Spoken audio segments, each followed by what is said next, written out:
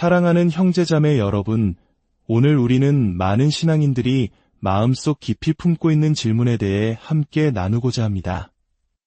바로 성령 안에서 행하는 것은 과연 무엇을 의미하는가 하는 것입니다. 우리는 이 말을 자주 듣지만 구체적으로 어떻게 해야 하는지 막막할 때가 많습니다. 어쩌면 우리는 이 단순한 진리를 너무 복잡하게 만들고 있었는지도 모릅니다.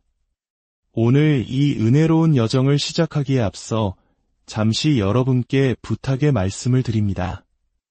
만약 오늘 메시지가 여러분의 마음에 울림을 준다면 좋아요와 공유를 통해 이 말씀을 더 많은 이들과 함께 나누어 주십시오.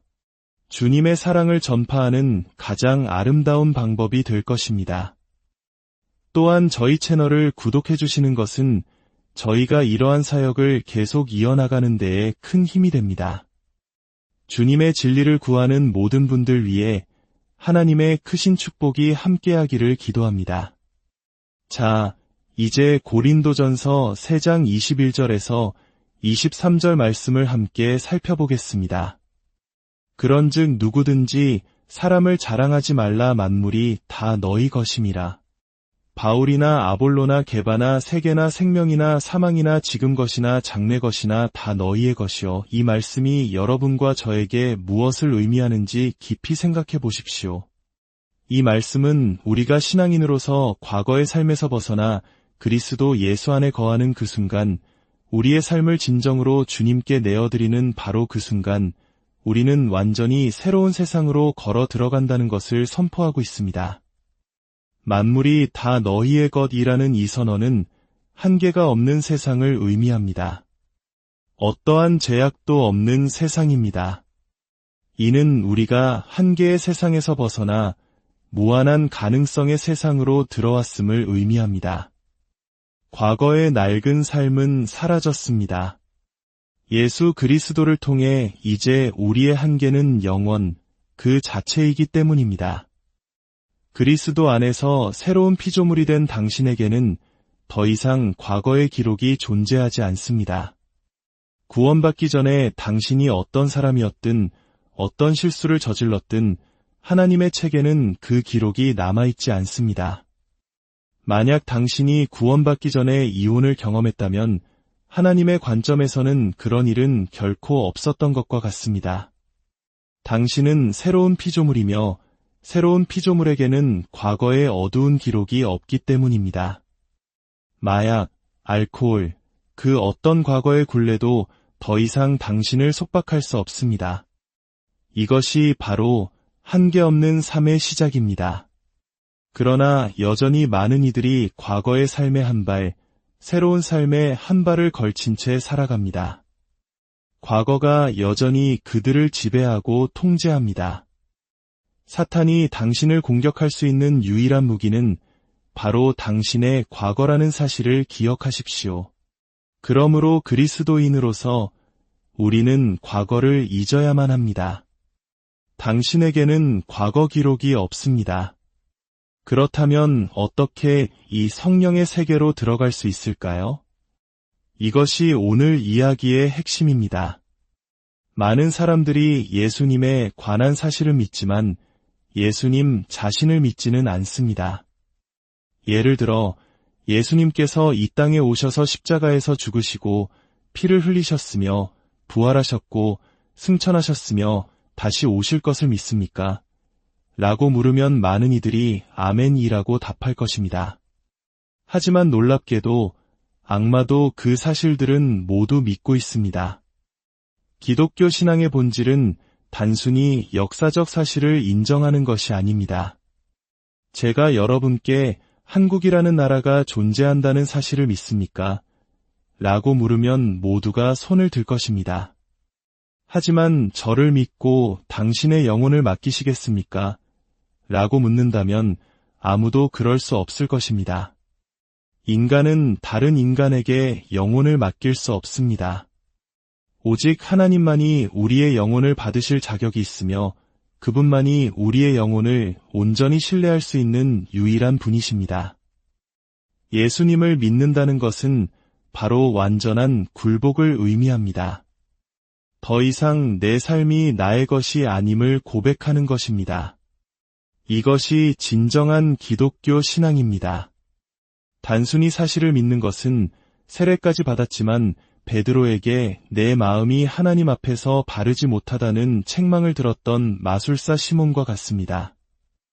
요한복음 8장의 유대인들처럼 예수님이 메시아라는 사실은 믿었지만 그분을 주님으로 믿지는 않았습니다. 그들은 예수님을 믿는다고 말했지만 예수님께서 아브라함이 나기 전부터 내가 있었느니라 라고 말씀하시자 돌을 들어 치려 했습니다. 창세기에서 아브라함은 하나님 안에 거하며 그분을 믿었고 하나님은 이를 그의 의로 여기셨습니다. 하나님을 믿는다는 것은 저의 삶을 주님께 드립니다. 라는 고백입니다. 어떤 이들은 제단에 나와 주님, 제 마음에 오셔서 제 영혼을 구원해 주소서 라고 기도합니다. 하지만 그들이 정말로 삶을 내어드리는 것일까요? 아니면 그저 단어를 반복하는 것일까요? 지옥을 피하기 위해 예수님을 영접하려는 마음이라면 그것 역시 온전한 믿음이 아닙니다. 예수님은 지옥행 비상 탈출구가 아니기 때문입니다.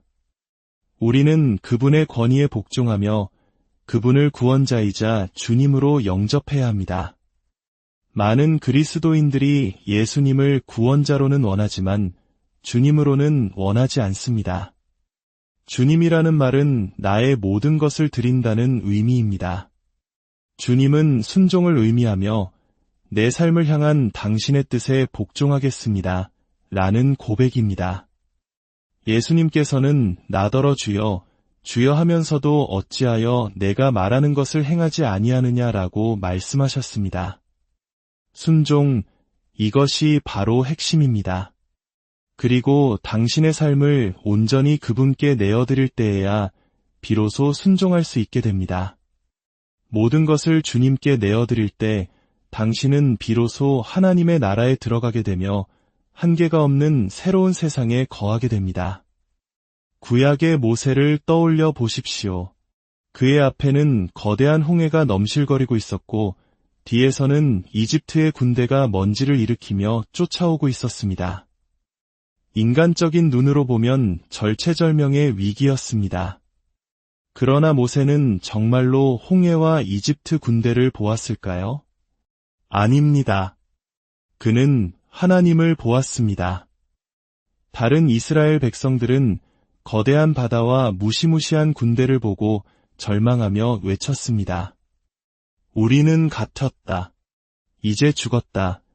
하지만 하나님께서는 모세에게 지팡이를 들라고 말씀하셨습니다. 모세는 성령 안에서 행하고 있었습니다.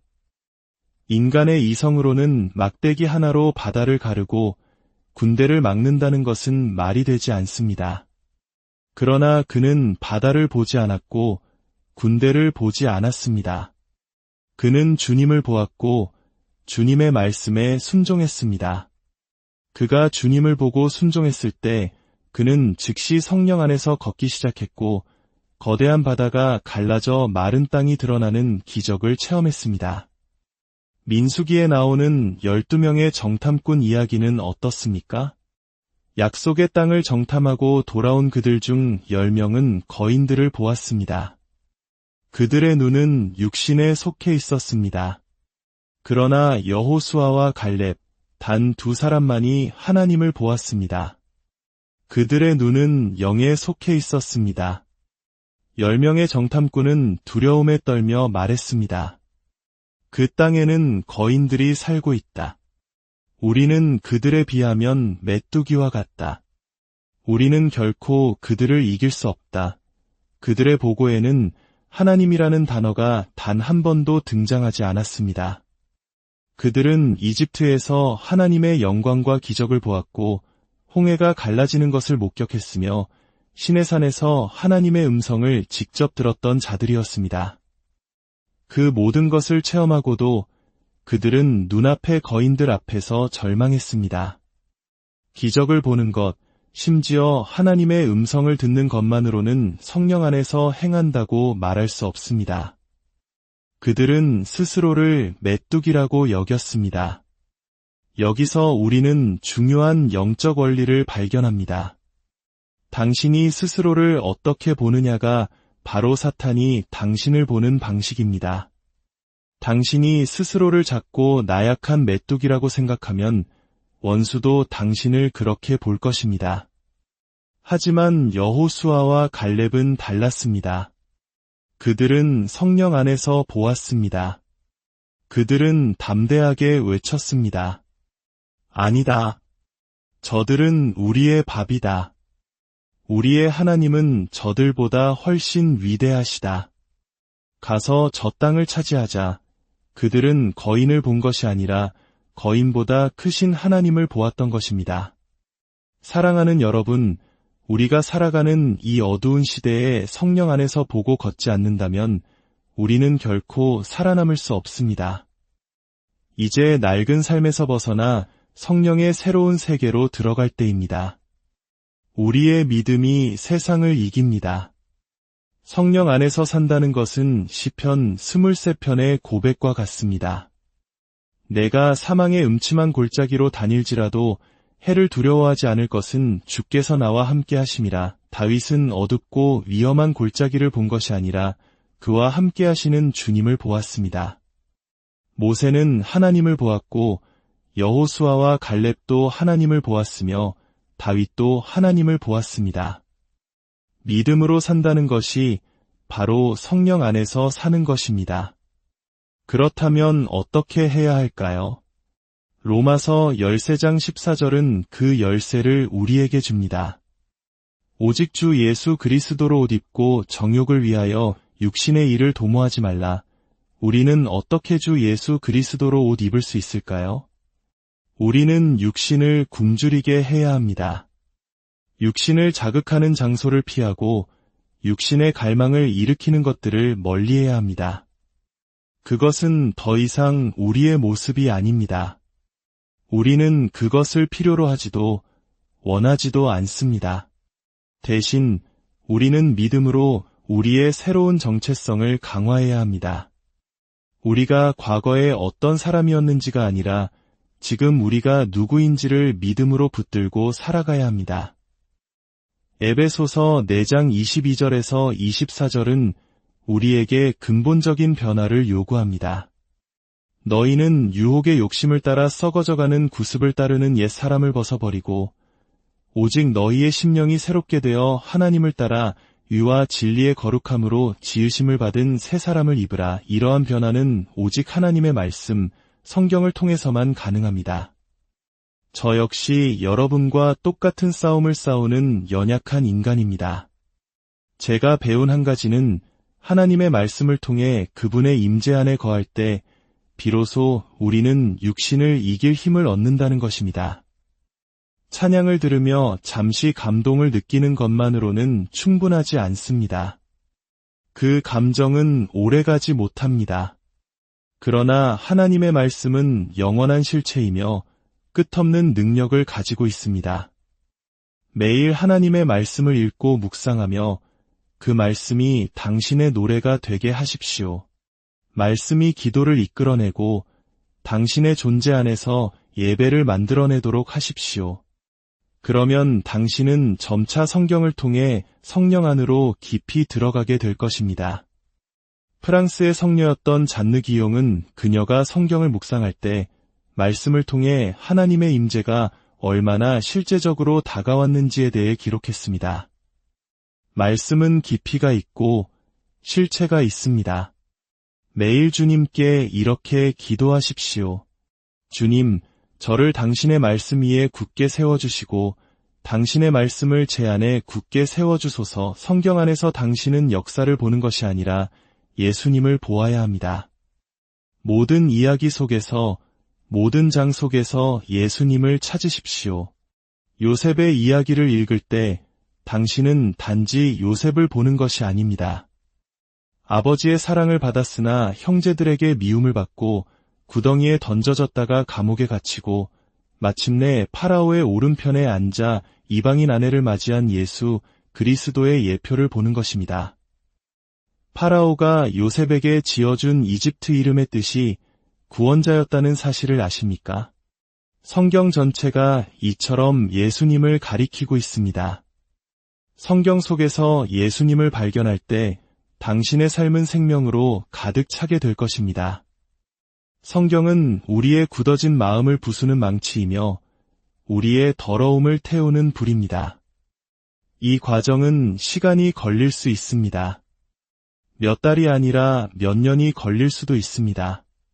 그러나 매일 꾸준히 말씀 앞에 나아가야 합니다.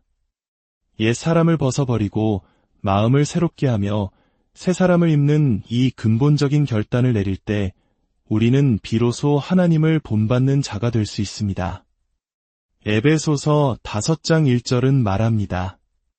그러므로 사랑을 받는 자녀같이 너희는 하나님을 본받는 자가 되고 그때 우리는 더 이상 우리의 힘으로 살려고 애쓰지 않습니다.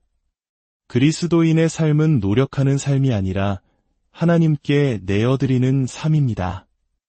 성경은 한 번도 노력하라고 말하지 않습니다. 너희 지체를 의의 무기로 하나님께 드리라고 말합니다. 아이가 부모에게 자신을 온전히 맡기는 것처럼 우리도 하나님께 우리 자신을 내어 맡기는 것입니다. 하나님, 저는 이 삶을 살아낼 수 없습니다. 저를 통해 당신의 삶을 살아주십시오. 이것이 얼마나 단순하고 놀라운 진리입니까? 내가 그리스도인의 삶을 사는 것이 아니라 예수님께서 나를 통해 그분의 삶을 사시는 것입니다. 내가 할 일은 그저 내 삶을 완전히 그분께 드리는 것뿐입니다. 네덜란드의 성도였던 코리 텐 붐 여사는 이 진리를 장갑 하나로 설명했습니다. 그녀는 빈 장갑을 들어 보이며 말했습니다. 이것이 바로 당신입니다. 텅 비어 아무것도 할 수 없는 장갑입니다. 그리고 다른 손을 들어 보이며 말했습니다.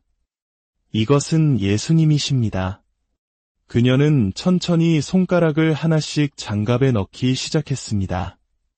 손가락 하나만 들어가서는 아무것도 할 수 없습니다. 당신이 삶의 일부만 주님께 드렸기 때문입니다. 2개, 3개, 4개의 손가락이 들어가도 마찬가지였습니다. 여전히 주님은 당신을 온전히 사용하실 수 없습니다. 마침내 5 손가락이 모두 장갑 안으로 들어가자 그녀는 활짝 편 손을 보여주며 말했습니다. 이제 주님은 당신을 통해 생명을 만지실 수 있습니다. 병든 자를 고치실 수 있습니다. 이제 당신을 통해 어떤 일이든 하실 수 있습니다. 그리스도인, 크리스천이라는 단어를 생각해 보십시오. 크라이스트, 즉 그리스도 뒤에 아인이 붙어 있습니다. 어떤 이는 이 아인을 I am nothing, 나는 아무것도 아닙니다라고 해석했습니다. 그리스도, 그리고 나는 아무것도 아닙니다. 이것이 바로 그리스도인의 정체성입니다. 우리가 드릴 것은 아무것도 없습니다. 오직 우리의 사랑과 우리의 빈 그릇뿐입니다. 너희 몸을 하나님이 기뻐하시는 거룩한 산 제물로 드리라. 이제 당신의 힘으로 애쓰는 것을 멈추십시오.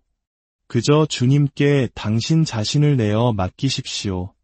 주님께서 당신의 빈 장갑을 그분의 손으로 가득 채우시기를 기도합니다. 당신의 힘으로 노력하는 것이 아니라 그분께 온전히 내어 맡김으로 참된 능력을 경험하게 되기를 축복합니다. 하나님의 말씀이 당신의 발의 등이 되고 길의 빛이 되기를 소망합니다. 시련이 닥쳐올 때 그것을 당신의 원수로 보지 마십시오. 시련은 당신 안에 계신 예수 그리스도의 생명과 능력을 끌어낼 수 있는 기회입니다. 당신의 힘으로 시련을 이기려 하지 말고 예수님께서 그것을 다루시도록 의지하십시오. 당신은 할 수 없지만 그분은 하실 수 있습니다. 이 모든 과정을 통해 당신의 마음은 자연스럽게 땅의 것이 아닌 위의 것을 찾게 될 것입니다. 당신의 애정은 하늘에 연결될 것입니다. 하나님께서는 당신 안에 새로운 마음과 새로운 영을 주시고 당신으로 하여금 그분의 길을 걷게 하실 것입니다. 당신이 걷는 것이 아니라 그분이 당신을 통해 걸으시는 것입니다. 사랑하는 여러분, 이것이 바로 성령 안에서 행하는 삶의 비밀입니다.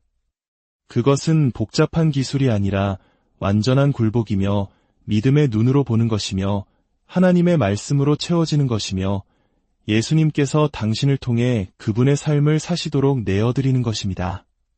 주 예수 그리스도의 이름으로 여러분 모두를 축복합니다.